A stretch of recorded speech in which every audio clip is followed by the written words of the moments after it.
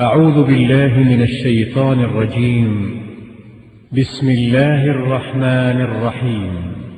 الحمد لله رب العالمين الرحمن الرحيم مالك يوم الدين إياك نعبد وإياك نستعين اهدنا الصراط المستقيم صراط الذين أنعمت عليهم غير المغضوب عليهم ولا الضالين.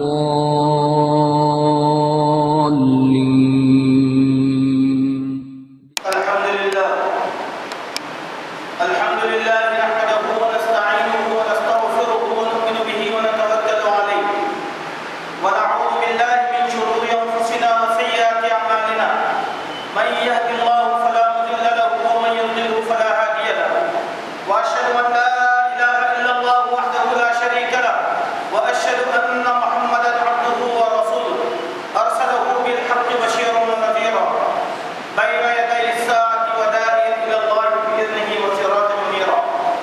أما بعد فإن خير الحديث كتاب الله وخير الهدي هدي محمد صلى الله عليه وسلم وشر الأمور محدثاتها وكل محدثة بدعة وكل بدعة ضلالة وكل ضلالة في النار. فقد قال الله تبارك وتعالى في كلامه المجيد والفرقان الحميد: أعوذ بالله السميع العليم من الشيطان الرجيم من همزه ونفخه ونفثه. بسم الله الرحمن الرحيم. يا أيها الناس اتقوا ربكم الذي خلقكم من نفس واحدة وخلق منها زوجها وبث منهما رجالا كثيرا ونساء واتقوا الله الذي تساءلون به والأرحام إن الله كان عليكم رقيبا. يا أيها الذين آمنوا اتقوا الله وقولوا قولا سديدا يصلح لكم أعمالكم ويغفر لكم ذنوبكم ومن يطع الله ورسوله فقد فاز فوزا عظيما. يا أيها الذين آمنوا اتقوا الله حق تقاته ولا تموتن إلا وأنتم مسلمون. وقال الله سبحانه وتعالى: وكم أهلكنا قبلهم من قرن هم أشد منهم بطشا فنقبوا في البلاد هل من محيص. صدق الله العظيم. محترم حضرین، تمام قسم کی تعریف اور توصیف اس اللہ تبارک و تعالیٰ کی ذات کے لیے لائق و سزاوار ہے جس کی ثنا خوانی میں کائنات کا زبر زبر لگا ہوا ہے. زمین اور آسمان اور ان کے درمیان کی تمام تر مخلوقات اللہ وحدہ لا شریک کی عبادت میں اور اس کی تعریف میں اور اس کی تسبیح میں لگے ہوئے ہیں. اسی اللہ تبارک و تعالیٰ کے لیے جس کے قبضہ و قدرت میں یہ ساری کی ساری کائنات کا نظام ہے، تعریف ہے اسی کے لیے لائق و سزاوار ہے. بے شمار درود و سلام ہو کونین کے تاجدار محمد رسول اللہ صلی اللہ علیہ وسلم کی ذات مطہرہ پر کہ آپ نے اللہ کا دین ہم کو مکمل طور پر پہنچا دیا ہے. اس دین میں کسی قسم کی کوئی کمی نہیں ہے اور نہ زیادتی کی کوئی گنجائش باقی ہے. معزز حاضرین، اللہ تبارک و تعالیٰ نے اس کائنات میں بہت سی قوموں کو پیدا فرمایا ہے. حضرت آدم علیہ السلام سے لے کر قیامت کی آخری صبح تک بہت سی قومیں دنیا میں آئیں گی اور چلے جائیں گی، اور جتنی بھی قوموں کو اللہ تبارک و تعالیٰ نے پیدا فرمایا ان میں کی بعض قوموں کو اللہ تبارک و تعالیٰ نے اپنے سخت ترین عذابوں کے ذریعے سے ہلاک اور برباد کر دیا. قرآن مجید کا ایک خاص موضوع ہے کہ اقوام کی ہلاکت کیوں. ہمیں یہ دیکھنا چاہیے کہ قرآن مجید میں جن جن قوموں کا تذکرہ اللہ تبارک و تعالیٰ نے کیا ان قوموں کو اللہ تعالیٰ نے کیوں ہلاک کیا اور کیوں برباد کیا. عمومی طور پر ہم قرآن صرف تقدس کے لیے پڑھتے ہیں، نصیحت کے لیے نہیں. حالانکہ قرآن نصیحت کا کلام ہے، اس سے عبرت حاصل کرنا چاہیے. تو قرآن میں جتنے بھی واقعات قوموں کے بیان کیے گئے ہیں، گزری ہوئی قوموں کے جن کا مواخذہ احتساب اللہ تبارک و تعالیٰ نے کیا، ہمیں یہ غور کرنا چاہیے کہ اللہ تبارک و تعالیٰ نے ان قوموں کو کیوں مواخذہ کیا، پیدا کیا تھا، ان کا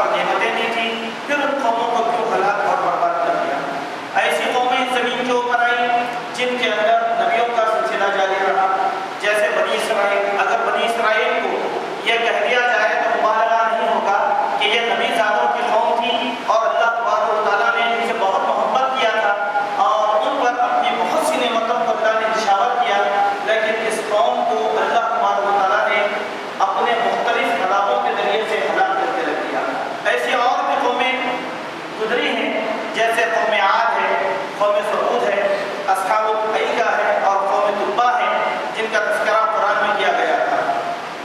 اب ہمیں یہ غور کرنا ہے کہ ان قوموں کو اللہ نے کیوں ہلاک اور برباد کیا، اور یہ غور کرنا ہے کہ جب اللہ نے ان قوموں کو ہلاک اور برباد کیا تو کیا یہ ممکن ہے کہ اس امت محمدیہ کو بھی اللہ تعالیٰ ہلاک اور برباد کرے گا؟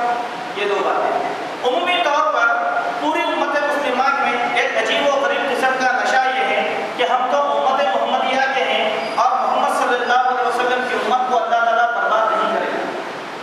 یہ ایک ذات عمومی طور پر مسلمانوں میں پایا جاتا ہے، نہیں، اللہ تبارک و تعالیٰ امت محمدیہ کے ان لوگوں کو بھی اپنے عذاب میں گرفتار کرے گا جو سابقہ قوموں کے نقش قدم پر چلیں گے اور ان کے طریقے کو اپنائیں گے اور اللہ کے نبی صلی اللہ علیہ وسلم کے طریقے کو چھوڑ دیں گے تو اللہ تعالیٰ ان کو بھی نہیں بخشے گا۔ چلیں چند آیتوں اور چند احادیث کی روشنی میں میں آپ کے سامنے یہ بتلانے کی کوشش کروں گا کہ اللہ تبارک و تعالیٰ نے کیسی کیسی قوموں کا مواخذہ کیا تھا۔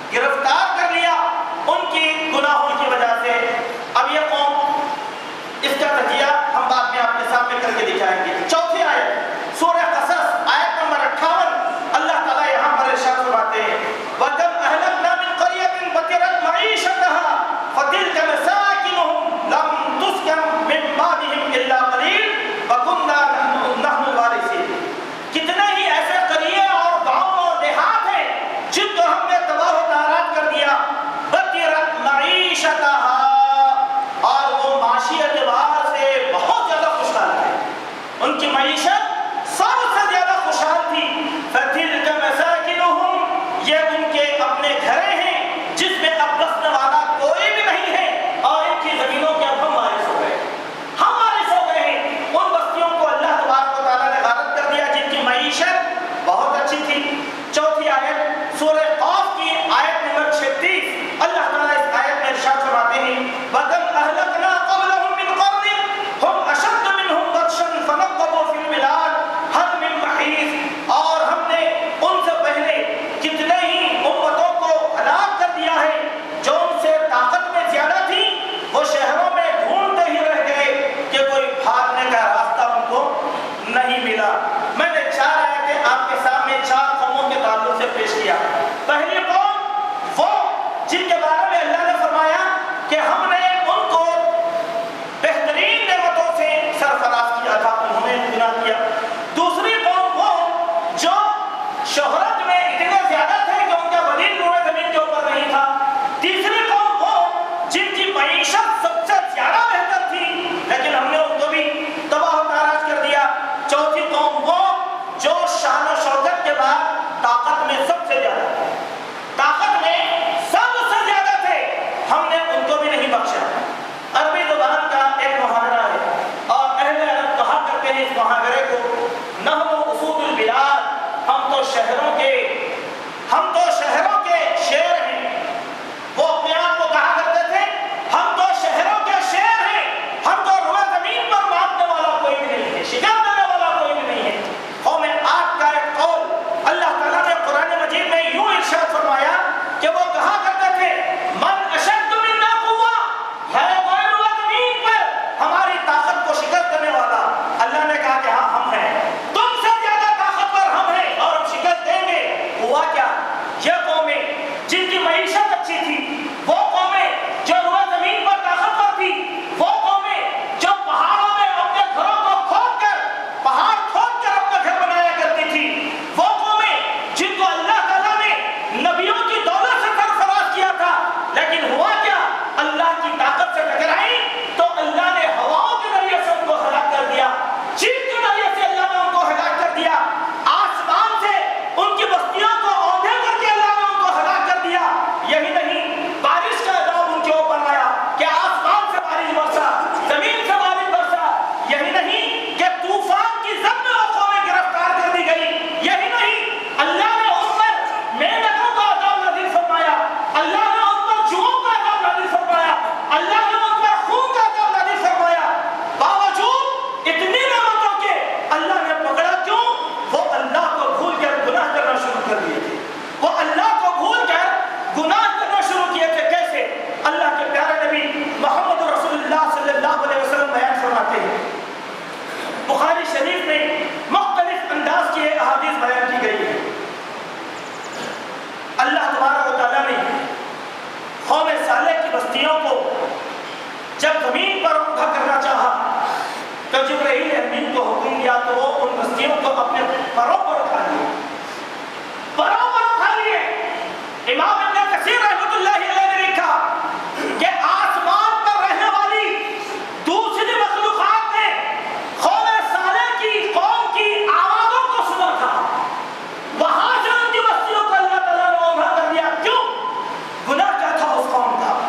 اس قوم کا گناہ یہ تھا کہ وہ قوم اغلام بازی کرنا شروع کر دی تھی، اغلام بازی کرنا شروع کر دی تھی. یعنی مرد مرد سے نکاح کرتا تھا اور ان سے اپنی فکری ضرورتیں پوری کرتا تھا.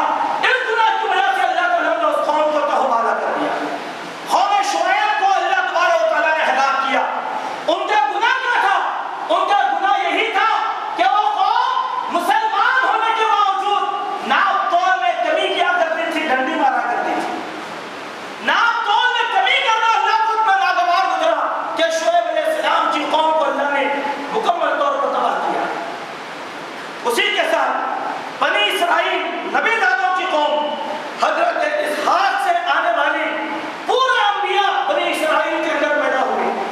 اللہ نے بہت نعمتیں ان کو دیا، لیکن اس قوم کو اللہ تبارک و تعالیٰ نے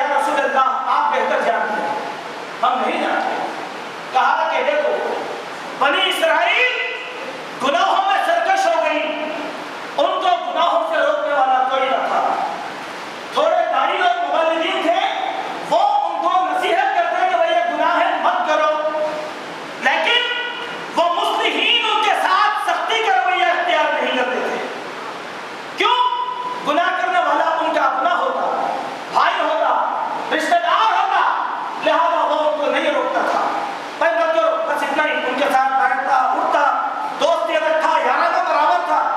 نتیجہ یہ نکلا کہ وہ مصلحین اچھے لوگوں کے اوپر برے لوگوں کی عادتیں غالب آ گئی، وہ اچھے لوگ بھی برا بن گئے۔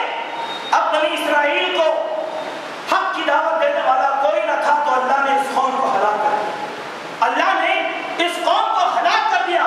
تو معزز حاضرین، یہ 4 آیتیں ہم کو یہ بتلاتی ہیں کہ اللہ تبارک و تعالیٰ جب چاہے کسی کا بھی مواخذہ کر سکتا ہے، کسی کو بھی اللہ تعالیٰ ہلاک کر سکتا ہے۔ ہلاک کرنے کے انداز اللہ تبارک و تعالیٰ کے الگ الگ ہیں۔ چنانچہ دیکھیں اللہ تعالیٰ ہلاک کیسے کرتے ہیں۔ سورہ مریم کی آیت نمبر 98 میں اللہ تعالیٰ ارشاد فرماتے ہیں وَكَمْ أَهْلَكْنَا قَبْلَهُم مِّن قَرْنٍ هَلْ تُحِسُّ مِنْهُم مِّنْ أَحَدٍ أَوْ تَسْمَعُ لَهُمْ رِكْزًا، اور ہم نے ان سے پہلے بہت سی جماعتوں کو تباہ کر دیا، کیا ان میں سے تم ایک کی بھی آہٹ محسوس کرتے ہو؟ ایک کی بھی آہٹ تم محسوس کرتے ہو؟ کیا ان کی آوازوں میں سے کسی کی آواز کی بھنک بھی تمہارے کانوں میں پڑتی ہے؟ نہیں، پوروں کو اللہ نے تباہ کیا، ایک بھی نہیں بچا قوم میں، ایک بھی نہیں بچا۔ نوح علیہ السلام نے اللہ سے دعا کی کہ میرے اللہ اس قوم کو تو ہلاک فرما، ان میں سے ایک کو بھی زندہ نہ چھوڑ، ان میں سے ایک کو بھی زندہ نہ چھوڑ۔ نوح علیہ السلام کی قوم کے کافروں میں سے اللہ نے ایک کو بھی زندہ نہ چھوڑا، سب کو ہلاک کر دیا، مٹا دیے گئے روح زمین سے، ان کے نشانات مٹا دیے گئے اور ان کی تاریخ ملیہ میٹ کر دی گئی۔ یہ اللہ تبارک و تعالیٰ کا اصول ہے، جب اللہ کا عذاب آتا ہے تو بندوں کو کوئی جائے پناہ نہیں ملتی، کوئی پناہ دینے والا، کہیں پر بھی بھاگ لو اللہ تبارک و تعالیٰ کا عذاب آتا ہے۔ میں تاریخ کے 2 واقعات آپ کے سامنے رکھتا ہوں، پھر بات کو آگے بڑھائیں۔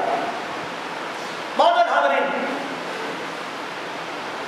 لاتور عثمان آباد کا بہت بڑا زلزلہ ہمارے سامنے آیا، مہاراشٹر کے اندر کتنی بڑی آبادی کو اللہ تبارک و تعالیٰ نے زلزلے کے ذریعے سے ہلاک کیا تھا۔ ایک نہیں، 2 نہیں، 100 گاؤں، 100 موازیات، 100 موازیات، سینکڑوں موازیات صفحے ہستی سے بیٹھ دیے گئے۔ 3 دن کے بعد وہاں جانے کی اجازت تک نہیں دی گئی، بدبو، سڑن، ہوائیں مقدر، کوئی جانے والا تھا نہیں، اللہ کا عذاب ایسے آتا ہے۔ کیوں؟ اس وقت کے اخبارات نے ایک بہت بڑی بات لکھا، شاید آپ کو یاد ہوگا، لکھا، اور یہ جو زلزلہ آیا تھا بابری مسجد کے انہدام کے چند دنوں کے بعد یہ پکڑ رہی تھی اللہ تبارک و تعالیٰ نے۔ تو اخبار والوں نے لکھا کہ اللہ تعالیٰ اپنا انتقام لیا، اللہ تعالیٰ اپنا انتقام لیا۔ اس علاقے کے کافر سب سے زیادہ بابری مسجد کے انہدام میں شریک رہے، اللہ تعالیٰ نے ان کا مواخذہ کیا۔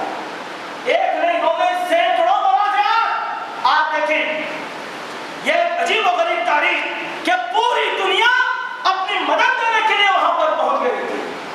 دوسرا، دنیا میں آج سپر پاور طاقتوں کی اظہار ہوئی، ہر ملک دوسرا ملک کو سرنگو کرنے کی کوشش کر رہا ہے۔ طاقت کی بنیاد پر یورپ اور امریکہ کہتے ہیں اخلاقی اقدار میں ہمارے ہاتھ کو پکڑنے والا کوئی نہیں، اور طاقت کے اعتبار سے ہم کو شکست دینے والا کوئی نہیں۔